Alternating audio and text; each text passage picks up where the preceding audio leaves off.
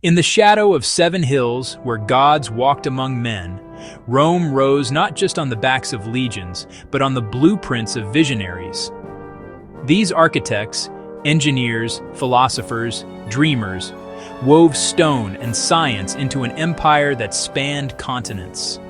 From the unyielding arches of aqueducts to the whispering domes of temples, their genius turned marble into monuments that mock the march of time. This is the story of Rome's architects: Vitruvius, the scribe of eternity; Apollodorus, the bridge to conquest; and the imperial hands that etched history in basalt. Join us as we unearth the minds that built an immortal city. Born around 80 BC in the sun-baked fields of Campania, Marcus Vitruvius Pollio was no mere builder. He was Rome's first philosopher-architect.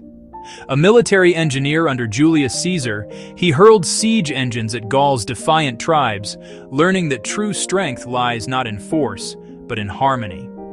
By Augustus's reign, Vitruvius traded catapults for codices, penning De Architectura, 10 volumes of wisdom that survive as antiquity's sole architectural treatise. Imagine a world where buildings breathe. Vitruvius decreed the Vitruvian triad: firmitas, durability; utilitas, utility; and venustas, beauty. A temple must stand against earthquakes, serve its people, and stir the soul like a siren's song. He championed symmetry, drawing from nature's proportions, the human form as the perfect column, inspiring Leonardo da Vinci's iconic sketch centuries later. His legacy? The Basilica at Fanum, modern Fano, a vaulted hall where justice echoed under groin vaults of his design. Vitruvius taught Rome to measure not just stone, but the stars, blending geometry, astronomy, and even medicine into blueprints. Without him, the Renaissance might have crumbled like forgotten aqueducts. He died around 15 BC, his words etched in eternity. Architecture depends on order, arrangement, eurythmy, symmetry, propriety, and economy.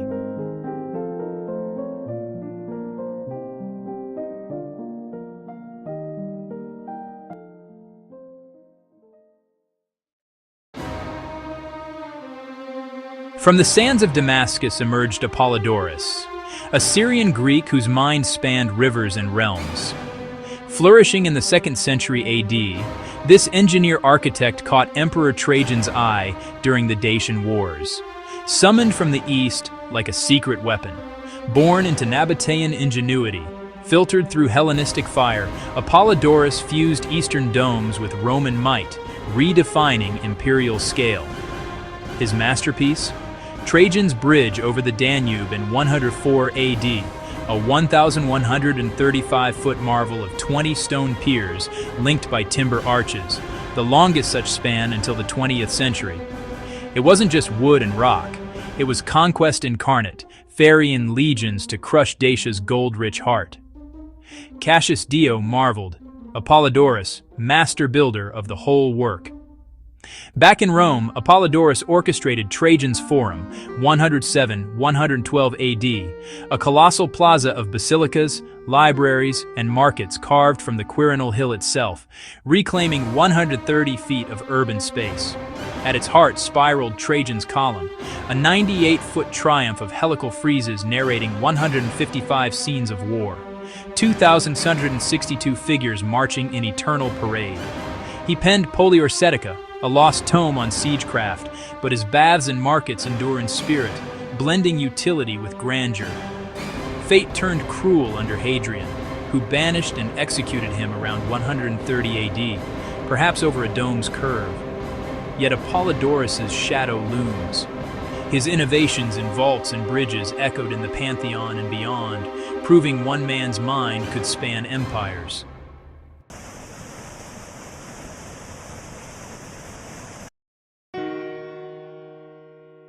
Emperors, too, wielded the architect's compass.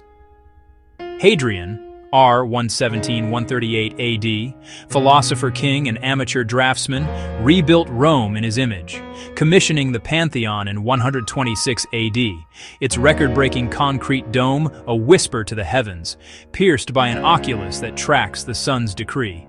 At Tivoli, his sprawling villa fused Greek theaters with Egyptian obelisks, a 300-acre reverie of borrowed worlds. Under the Severans, 193-235 AD, architects like those behind the Arch of Septimius Severus amplified Trajan's scale. Massive keystones and composite capitals crowned triumphs in Parthian stone.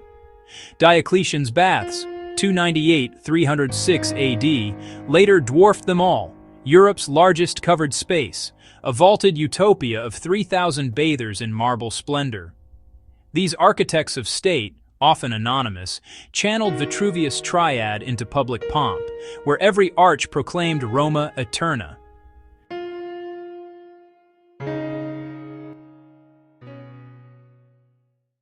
The architects of Rome didn't just build structures, they forged a vocabulary of power that echoes in our capitals and colosseums. Vitruvius gave us the why, Apollodorus the how, Hadrian and his heirs the audacity. 2 millennia on, their stones whisper, empires fall, but ideas endure. What will your blueprint be?